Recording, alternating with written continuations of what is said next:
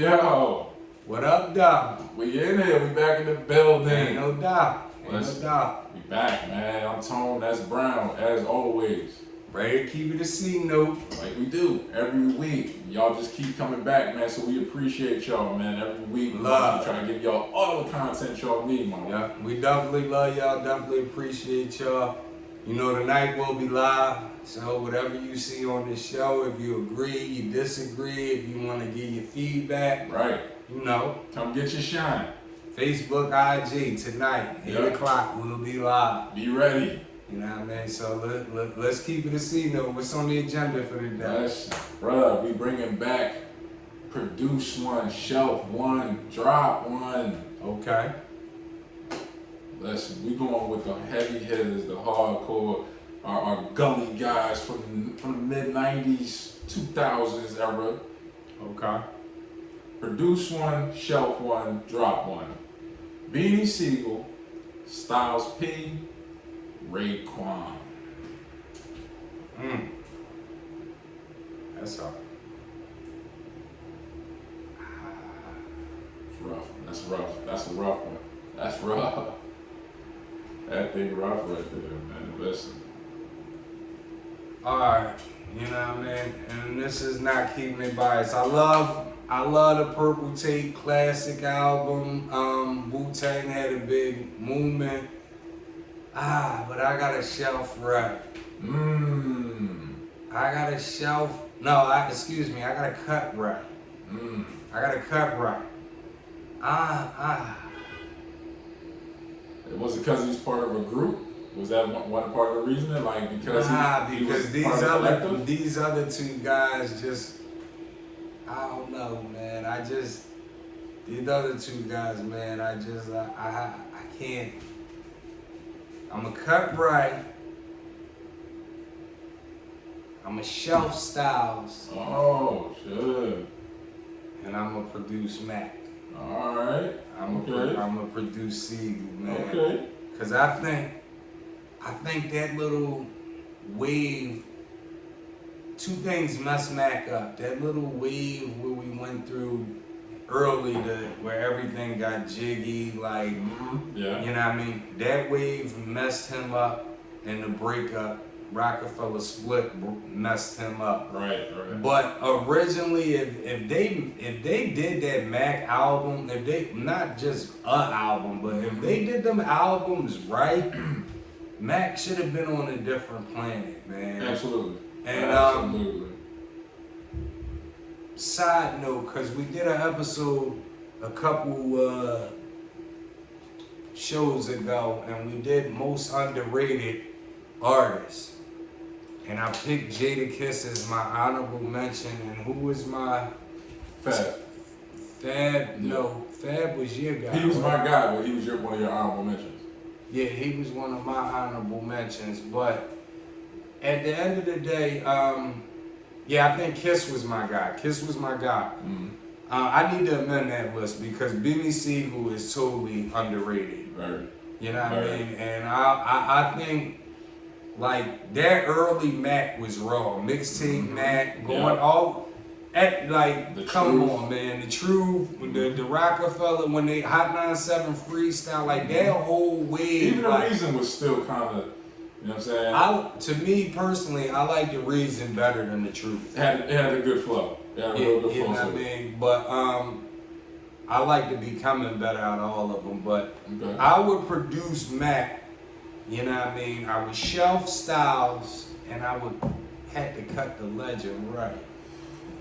Sheesh, that's a tough one. It's a tough list, man, and that's a tough one. And the crazy thing about it is, not to cut you off, but out of all of them, if we just going off of sales wise, Ray sold more than Raekwon. So that's a tough one, man. But I gotta go Mac. Yeah, I'm going to cut Styles.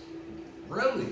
It was hard, man. It was really hard because I like Styles on his own. I love him when he with the locks. Right. I like Styles when he on his own, but his projects all sound the same. Really? You know what I'm saying? Like they all have the same feel, that same tone. I'm gonna give you one Get High song. I might give you like this. but it's going to have that same flow. You know what I'm saying? Like, it comes through. But like the same ain't that album. why we love those guys? I don't know. Not man. because it's the same flow. Different. What I'm saying is, don't we love the guys that just stick to what they do best and why we love them? Because what I'm saying is, for instance, we love a guy like Nas when he does Illmatic, where there's really no radio songs and all of that, right? Right. But when he tries to cross over and does songs like "Oh You Back" and the radio songs, it's like you knock these guys. Like, we don't want to hear that from you, Nas. We just want to hear the regular. So I feel like guys like Styles P. When I go listen to Styles P, I'm in a certain mood. That's what I mean. You know what I mean? For me, that penalizes an artist. Because remember, when hip hop first started, it was about touching on all subjects. You know what I'm saying? It was about how diverse you can be. So that's why I still base it on that. How diverse can you be? I don't want to hear you saying the same things and sounding the same for 4 different hours. You know what I'm saying? Because I gotta listen to, especially if you go on a trip, you go on a ride, and you're like, yo, I'm gonna play Styles the whole way. You can play Styles the whole way. You can. Especially when you add the mixtape stuff. Basically the same thing. Once you get down to Delaware, you done heard the album, almost full through. Then you get down to Virginia, you done heard it 2 more times, and it's like, yo, this shit is the same. Then you cross over Virginia. By the time you got to North Carolina, you throwing that fucking album out the window. Excuse my language, but you are, because it feels like the same thing. Right? But where somebody else will give you different types of things. But then if he tries something else and you pop that CD in and you don't like it, you like, nah, Styles, you shouldn't have went in that lane. That's the you see what I'm saying? That you did not master. You know what I'm saying? But I appreciate the try. Like Nas. Nas did that album with Kanye that was completely. You keep talking about this Kanye. It was trash. And the only reason why it was trash is because it was Nas trying to fit into a Kanye thing, not Kanye trying to mold an album around Nas. Okay. It was basically a Kanye album that Nas actually said the words. Right. You know what I'm saying? Right. So I appreciate him trying something with a different type of producer, but that wasn't it. Okay. But then he came right back to what he does, and he gave us a banger. That next album was a classic. You know what I'm saying? Which is a big deal. Late in his career that he could still produce a instant classic. You know what I'm saying? So he was willing to change it up. That's why I give him props. You know what I'm saying? So next, I'm going to shelf Raekwon. I'm gonna shelf Ray because I don't know what you do on your own. Okay. I've never seen you on your own. Well, wait, Ray first album is a classic. The Purple Tape is Ray on his own. But that's it. I don't know if that's who you are or you got lucky. You dig what I'm saying? You ain't like the reason why Andre 3000 isn't in people's top 10 is because we've never really seen you be on your own. Right. You had Speak of The Love Below, right? But that was still a joint venture that had to be approved by the same people that approved Big Boys. You didn't really have a solo This Is Me album. Right. That's why people don't really consider you one of the top MCs, even though if you did, you would be. So that's why I'm gonna put Ray on the show. You know what I'm saying? Because I don't know what Ray's gonna give me. I love what you do with the group. Your first solo genre was popping, but are you a one-hit wonder? So let me ask you this, because obviously you produce a Mac, but let me ask you this. Ain't Ray stuff repetitive too? Because you want to hear the same stuff from Ray. Like if I pull him off and let him go in his own direction, are you going to give me something different than you gave me on Purple Tape? You know what I'm saying? No, but what I'm saying is, you said that about Styles, like you want to hear the same thing. If I play 4 straight Ray Jones, you want to hear God Body stuff and about cooking up drugs. But that's what it grew to. You know what I'm saying? I want to see what solo you're going to do. Now, this is my reason why I picked Mac. Not just because he's a Philly dude and we're from Philly. Yeah, we got love for Mac because we are from Philly, we brothers, whatever. But dude was so versatile. You dig what I'm saying? You could literally have him. Feeling in the Air is a perfect track to talk about because it was literally one of his slowest tracks he has. with the slow tone, slow flow, very relaxed, but he was saying some aggressively gutter stuff. Right. You think what I'm saying? Like he was putting it down. So it was a song where you could relax with your shorty, but you still charged up. Right. When you finish hearing it. Like that versatility. Then he could come and give you some straight spitter stuff. Then he could hop on somebody and do a feature with somebody on some slow stuff and be on some smooth butter. You know what I'm saying? So that versatility makes me want to put him out because I can put you with damn near any producer. Facts. And you could give me a smash. I could put you with Timberland, Swiss, Just Blaze, Mouse on the Track, anybody, north, south, east, west, wherever we go, I can put you on and you gonna give me something. Right. Fire. You dig what I'm saying? So that's why I'm gonna produce him. I'm gonna put him out because I think my man, if he had the chance at a good run, would be one of the top guys in the game. Right. And I think title of if it was done right, if the way they should have did Mac from the beginning, Mac would be the voice of the streets. Yes. Because he rapped for that typical kid that came from nothing, one parent home. You know what I mean? Like, I ain't trying to hear it. You ain't gonna Brody me. You ain't gonna treat me like I'm a sucker. He always said, I remember mean? Dusty White Tees. He still remembers that. And from that to the common hustler that's just grinding to make it day to day. Like, everybody in the streets relates to the artist Mac was. Yeah. You see what I'm saying? Styles as well, because they had that similar story, but I just think Sigel thing was done wrong. It was. It really was. He wasn't pushed properly. Even with the state property projects, he was your featured guy. He was your headliner, your heavy hitter. Right. But they still tried to spread the stuff too thin to give everybody so much of a shine. Right. And it took away from what he did. Even that was cool, but then you had the breakup that kind of killed everything. Exactly. Because so now just look at it. State Property, the movie came out. The movie and the soundtrack was A1 in the streets. Yep. Sigel dropped his second project, The Reason. Freeway first album was a good album. Young Gunners had a hit on their first album, and they had bangers. So they was in the right momentum. Right. And you know what I mean? Then you had the Dream Team album. That was mostly State Prop on it. I think the breakup just kind of killed the wave, because even with them sprinkling State Property in, they still should have been. Like right now, Beanie Sigel should have a record label and be a boss. Yes. And he should be like He a should be Rick Ross or something. Yeah. Right. Exactly. And I just think that if it was done right, then it would have happened, because he had all the talent. Like, I could just tell, like, listening to an old Mac, you could just say, Mac, make a song and rap about this. And boom. And he would. And he could do it off the top of his head. And this, you know, when you got something, man, because I'm not the one to say it. I'm gonna keep it a C note, and people might say I'm hating and all. I'm not the one to say it, but I've heard the stories of Mac working on songs and certain huge rappers coming in and hearing the songs and wanting to be, or you know what I mean, taking the best work. So you know, I've heard that. So you've seen it. So I'm not the one saying it, but what I'm saying is a lot. When you can take something from somebody or say, oh, you using it? No, I need that. Then you know that guy's on the right path. That's true. And then you start hindering that guy when you take stuff like that from him. Right. Now you made me think of something right now. Quick pivot. If Mac has the career that he's supposed to have, do we get a Rick Ross? Yeah, you still get a Rick Ross. Yeah, because it was only a matter of time before the South broke down. Especially Miami.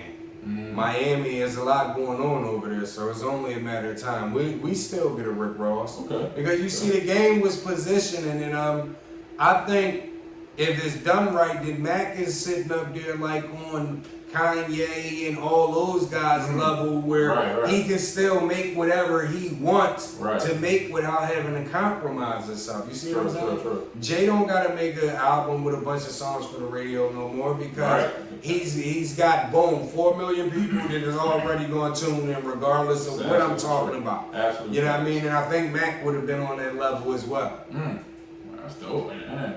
I didn't think about that. I don't know. I mean, their styles aren't that close, but I feel like as Mac would have grown, it would have grown into like the Rick Ross lane. You know what I'm saying? Like where he would have transitioned to this better life that I have. You know what I'm saying? Where I you mean as far as the music content? Like do you feel like I don't feel like a Rick Ross would take it further than Mac could. You know what I'm saying? Like where he could take this story and grow it as far as Mac can grow it. I feel like Rick Ross's brain just but what I'm saying is, you know what I mean, Sigel had the perfect thing because, you know what I mean, he represented the streets. Like it became too many holes in Rick Ross's movie that he was running. You know what I mean? Like the CO thing and all of that was like holes, and that's why like Rick Ross is dope, man. He can rap, and a lot of people don't give Rick Ross the respect that he's due because of these holes in his movie. Right. But with Mac, you wouldn't have had that problem. No. You see what I'm saying?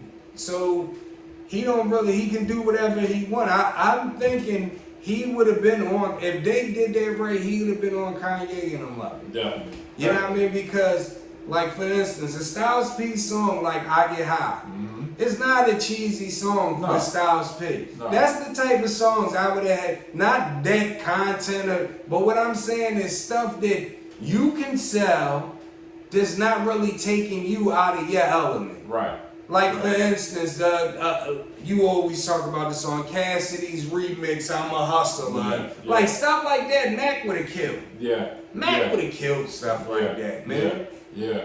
That would have been the stuff coming. His stuff would definitely been the lead charge of what comes out of Philly. So I would have made his Jones like radio commercial, but still, like you see, DMX had hood tracks on the radio. True. Like they took the wrong approach with Mac. You know what I mean? Yeah, that's a good comparison. DMX and Mac, because they were in the same lane.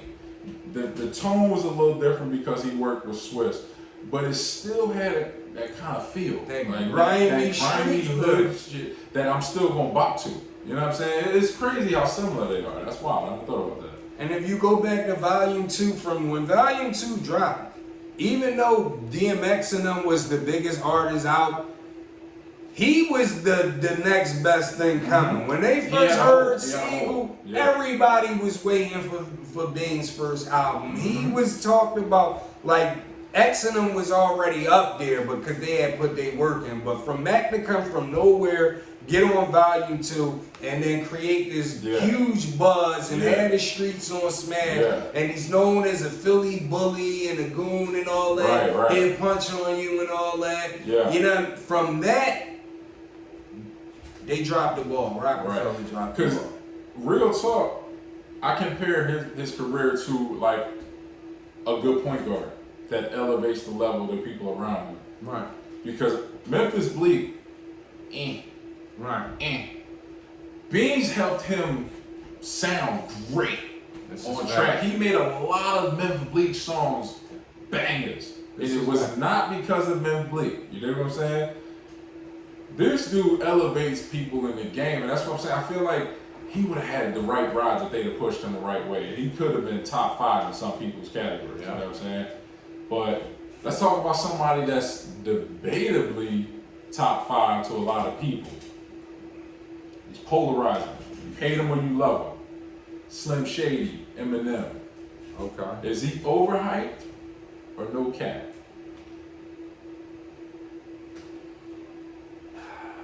He's overhyped. Ooh. He's overhyped. Look, I get it. The kid can spit, right? He definitely can spit. He's not no slouch. He has some good music that you can. But I'm saying, like, we get carried away when we put this guy in top 5, top 10. Not because of his skin color or anything. Because it's like, when we just talking about the Mac stuff and like they represent a certain culture. What I'm saying is, I don't know, and we can debate this tonight on live. Eminem makes okay music, but I don't know too many people that's riding around playing Eminem. I can't ride around playing Eminem unless I'm ready to kill. If you listen, what I'm gonna tell you, I'm gonna keep it a C-note with you. If you ever catch me anywhere riding down the street playing Stan or something, then 9 times out of 10 I'm up to something that I shouldn't be up to. It's probably gonna get me in trouble. But what I'm saying is, I don't want to ride around listening to Eminem. I don't always want to listen to tracks where I gotta figure out the big words and like it's too much. Like I get it. He like I'm not saying all his music is trash. That's not what I'm saying. It's songs that I like from Eminem. But like I'm saying, like if I'm drunk and I'm in a mood where I don't care about nothing, yeah, I can listen to I Am whoever I say I am. But I can't just listen to that stuff on an everyday basis. Can he rap? Yes. Oh, does he make okay music? Yes. Is he overhyped? Yes. So I'm going overhyped, man. Like, I'm sorry. Please do not. If you're an Eminem fan, don't take it personal. You know what I mean? If I'm wrong, come grind me up tonight. But I want everybody tonight to tell me, have you ever rode, my co-host has, have you ever just rode through the hood sober? Sober. No DUIs, no puffing, nothing. Yeah. Have you ever just rolled through the hood back in Eminem? Let us know, man. I do. I think he's no cap, man. The dude's got longevity in the game. He's still putting out really, really good music. He's actually changed up the character of who he is like 3 times. From him talking about killing his wife and his mama and all of that stuff. And who wants to ride around listening to that? To taking pills and, you know what I mean, struggling with fame. And then he talked about his rehab and how he came back from that. Then now he's in the diss track phase. You know what I'm saying? So I can appreciate somebody that could change up what they do so much and be successful at it. Yeah, but that's just the outside of it. But then when you go into that, when he's talking about when you go into the album where he's talking about rehab and all, he's still talking about killing his mom, his baby mom. He's still talking about killing famous people and raping. Like, come on, man. It is weird music. I will say that he says some strange stuff on there, but he's not afraid to push the limit. And that's a big deal. That's what hip hop is about. It's about expression and being true and honesty. You know what I'm saying? Like a lot of these cats that are rapping are really lying. They telling these lies about who they are. They in the trap. They sold this. They did that. They killed that. They shot that. But we know that's a character. I don't know your real name, but Nathaniel is not out there doing that. Right. That's a fact. You know what I'm saying? Little paper on the table might be, you know what I'm saying? Like, that's his thing. You know what I mean? But he is giving 100% the most honest part. Like he's just so honest on the track. So I respect that while having lyricism with it and creativity because he puts some wild ass songs out there. Stan is one of the most creative songs I've ever heard. Yes. So he gets creative. Right. He makes good songs. He's lyrical. Mm-hmm. You know what I mean? But can come off the top. Yeah, but here's another thing. I'm gonna mention a couple of names, right? Mm-hmm. And they might not have hits or anything like that no more, but they're still relevant, right? Mm-hmm. Snoop Dogg. Right. Eminem. Right. The Game. Right.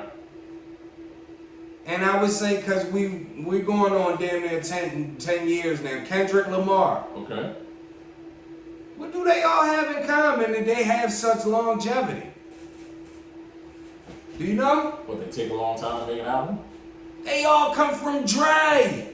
Oh. They all come from Dre. Even 50. 50 is still relevant. They all from Dre. So what I'm saying, when you say longevity, I say, okay, Dre touched them from the gun bust, what made them stars. True. True. And then he did enough work to keep them stars. And once you get under that umbrella, Snoop ain't had an album with as much fire on it as Doggy Style. No. And that was like 93, 90. Like a lot of people are still putting Snoop up top 5 because of Doggy Style.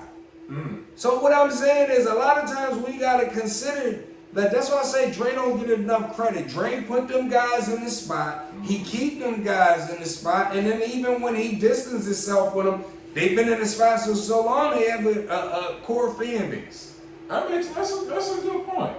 But I mean, but you still gotta have some content. You still gotta bring content. No, but they're all talented. Oh, yeah. Like I said, Game don't sell the same, but he still makes good music. He's very underrated too. You know what I mean? He's very underrated. Snoop might not give you a complete album, but he gives you good music still. You see what I'm saying? He does. So I'm not just saying Dre picked anybody. No, he picked talented people. True. He picks talented people. He sprinkles extra talent on them. You know what I mean? And he puts some. And put some water on it, let it grow. Facts. But yeah, to me, all those reasons, like, you know what I mean? I'm not saying he's not lyrical. I'm not saying he's not creative. And he does have good music. But to me, he's overhyped, man. Alright, so I say he's definitely over. Now, to rebuttal that, like, I'm gonna ask you one question. Yeah. It's a big issue that's always been made since Nas said Eminem killed you on your own shit. Right. So the Renegade track. Yeah. Do you really think Eminem killed? Yeah. You think he did? Yeah. But see, a lot of people that I'm gonna end it like this. We could go to the last topic. A lot of people from the hood always say the same thing, and I know you probably heard it. Like, man, how he killing? He say stuff that nobody want to hear. Like, what was he even? Have you heard that before? No, I never heard that. No, you just heard everybody. Everybody that has already said. So nobody's ever argued you that Jay had the better verse. No. Wow. No. Like for me, all the people I've ever talked to about it, they always say Jay gets murdered by his features. Which is why he changed it up on the Blueprint 3, or Blueprint 4? The last one. Where he had Drake do just the hook. And not a verse on the song. Yeah, well, Drake was smoking everything. That's what I'm saying. And everybody wanted to, when they heard that it was going to be Jay-Z featuring Drake, they were like, oh, he going to get another But he another put Cole feature. on the album. Huh? J. Cole on the album. That's what I'm saying. And he got murdered. You know what I'm saying? So he stopped making people really have features on his track that he thinks could outspit him. Because the Eminem thing started a trend. So let's pose that question. Y'all can answer it on the IG post or Facebook post. So we can even talk about it tonight live.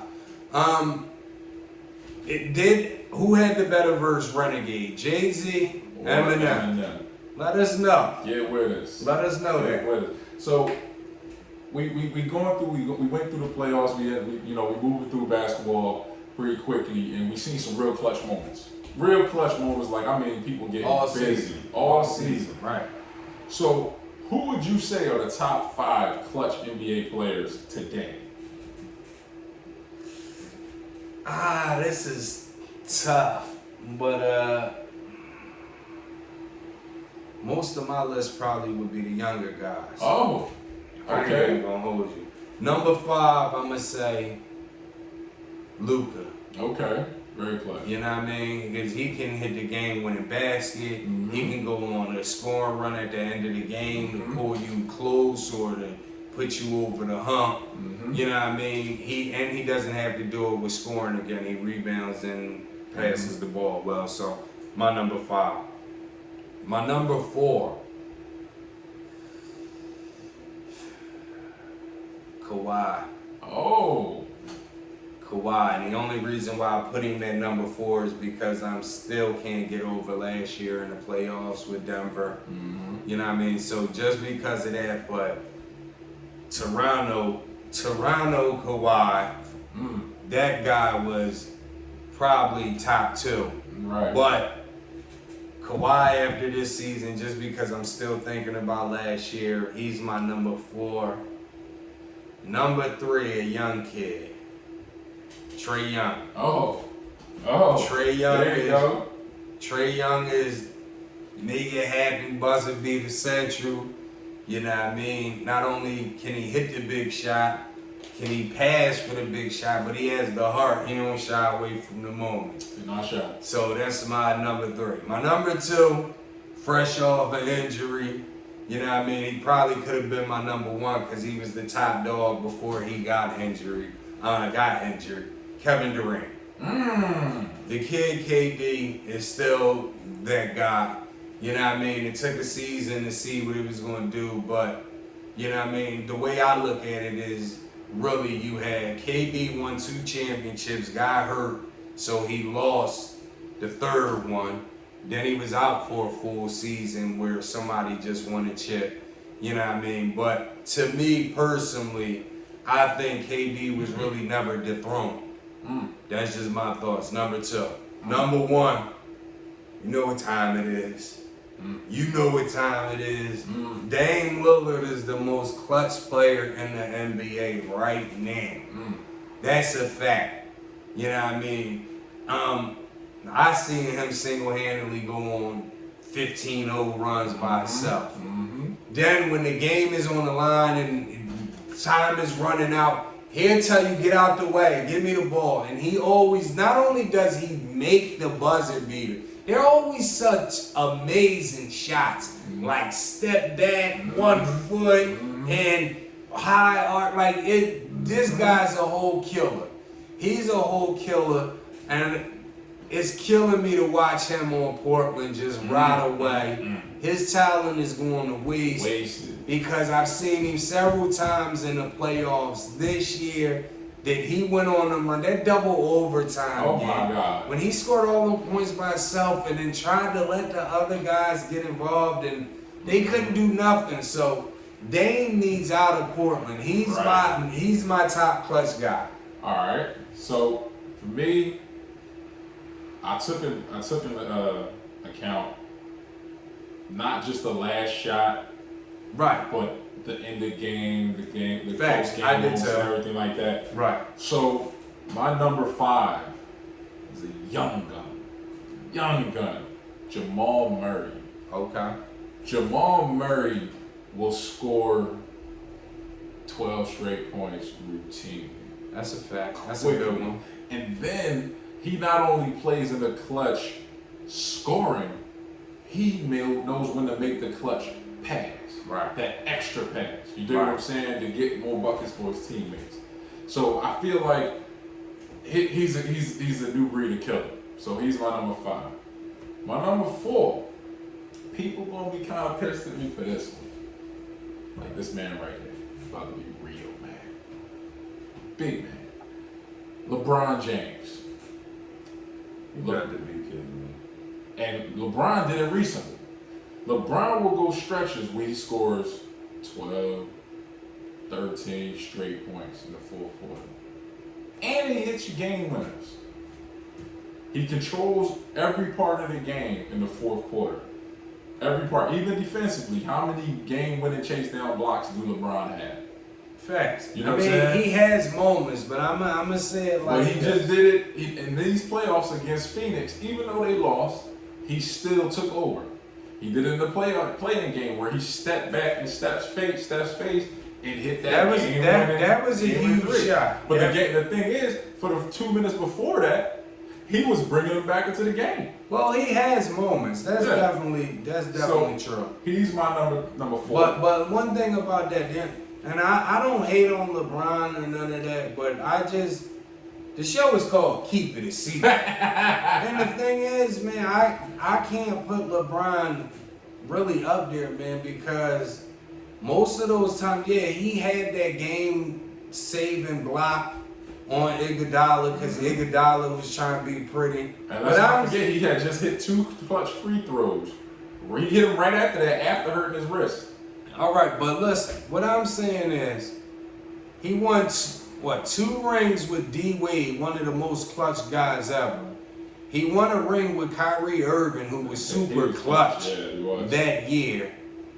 And what I'm saying is, I've never seen in big games, every big game LeBron that we speak of with LeBron, he's always had like a top 5 player next to him. So that's why I always exclude him from a lot of stuff. It's not me being biased. It's just that this guy's always played with a top 5 player. His whole career, every time he's won, he's played with a top 5 player. I get you. I get what you're So you know what I mean? That for me, that's why I take away from him. So it's not hate, but that's why I take away from him. I agree So with that. you know what I mean? All right, so he's my number 4. Number 3, Luka Doncic.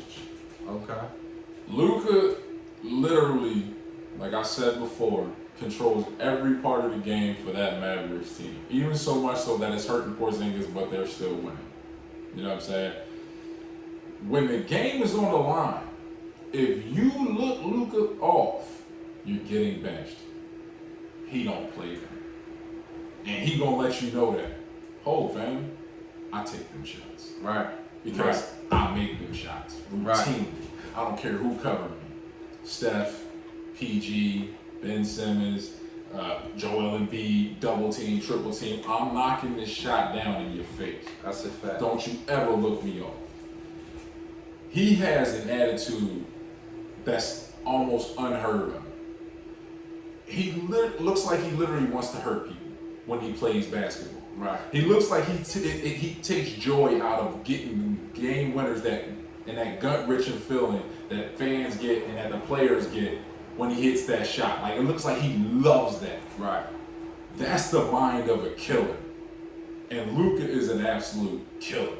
Okay. You know what I'm saying? So that's why he's my number 3, and he will soon be number 1, I almost guarantee you. My number 2, we can't forget about the MVP, Mr. Steph Curry. Best shooter of all time. Yeah. So many clutch buckets. Steph will score 20 straight points for the Golden State Warriors. Yeah. Including a game winner when they were down 19.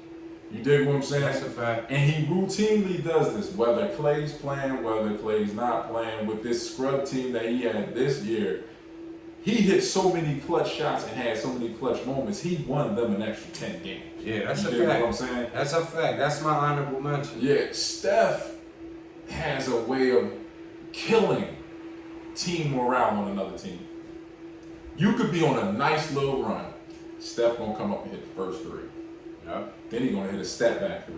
Then you know how cocky and arrogant this little dude is. He will pull up from the logo as soon as he crosses half court. Yep. In your face, knock it Buckets. down. And then do a little shimmy because he loves killing you. That breaks teams. And teams usually don't come back because usually Golden State goes on like a 15-point run Right. after that. Because not only has he killed the team around on the other team, he sparked the bench like somebody got dunked on. Right. You dig what I'm saying? He gives them energy to where Draymond Green start hitting threes, and we know he can't shoot. You dig what I'm saying? Where the center comes in and he gets a good block. Marquise Chris or whoever it is, they come in and get a good block. Boom! Get an Andrew Wiggins who, get him to score 4 straight points because now I'm juiced up. So now we up 30. Right. So not only did the other team not make a run, we still increasing his lead and Steph ain't even scored in 5 minutes. That's how much he impacts the game and the Bulls clutch. My number 1, like you said, you point to the watch. You know what time it is. 8 minutes or less. That should be his slogan. 8 minutes or less. Dame time. That's Dame time. It used to be Miller time. And we still respect Miller time. Right. But that's Dame time now. That's a fact. Because he don't care if he's up 50 or down 50. I'm bringing us back. And most of the time he does. That double overtime game, if you didn't watch it, you missed Damian bring them all the way back in the 4th on some miraculous stuff. Then what? We got to do it again? He brought them all the way back in the first overtime. Oh, we down 8 again? Guess what I'm going to do? He brought them all the way back. He didn't get the win. But you telling me that this man scored probably 30 of your last 45 points from the 8-minute mark of the 4th quarter all the way through two overtimes. That's a monster. You have got to love, you cannot measure the level of killer he is. And the fact that my man, as soon as he hits the game winner, no expression. That boy got mental things going. Please, Dame, get out of Portland. Listen to me. Get Listen yourself to me. I out. don't ever talk about nobody's money. I don't want nobody to get fired or all that kind of stuff. I try not to say that about, you know, Portland's organization. It's a terribly run organization. But Damian, please, you are not going to win a championship there. They are never going to. The only way you would do it is if they try to bring you a super team, because somehow they would mess that up. But guess what? They wouldn't even do that, right? You need to get out to any other team. Anybody else, any other organization will give you a shot. I'm not even saying it has to be a good team, but they'll give you a shot. To get no younger, you need a good team. Something, time is ticking. The only person that can stop you in the fourth quarter is time, good brother, because them legs gonna go. Yeah. Get out of Portland, please. Yeah. Listen, man, I had to plead, but it's how we do it. You gotta keep it a C note. We love you, Dang. Love you, Dang, but come on, man. That's what it is. But listen, we gonna wrap this show up, man. Yeah. It's been a good one, another good one. My man Brown's over here. He does his thing every week. Yeah. Keep the C note. Listen, he keeps the C notes coming at y'all. You dig what I'm saying? Like, ain't no doubt. He gonna drop a good one every week to let you know this is real. You dig what I'm saying? So we thank y'all for coming back, man. Keep joining us on Instagram and Facebook and Twitter. Hit us up. We're available on all platforms. Right. Streaming. Keep it a C Note podcast. And we live tonight. Let's go. Are you riding around listening to Eminem, especially if you're sober? I do. You know what I mean? Who did we miss on the clutch list, and what's your list? Right. Drop a comment. Come tell us live tonight on IG, on Facebook. Yeah. We're gonna be everywhere. Everywhere. Keep it a C note with us, cause we keep it a C note with y'all. Alright, don't forget, tell everybody. Yeah. I'm telling this Brown. Yep. We out.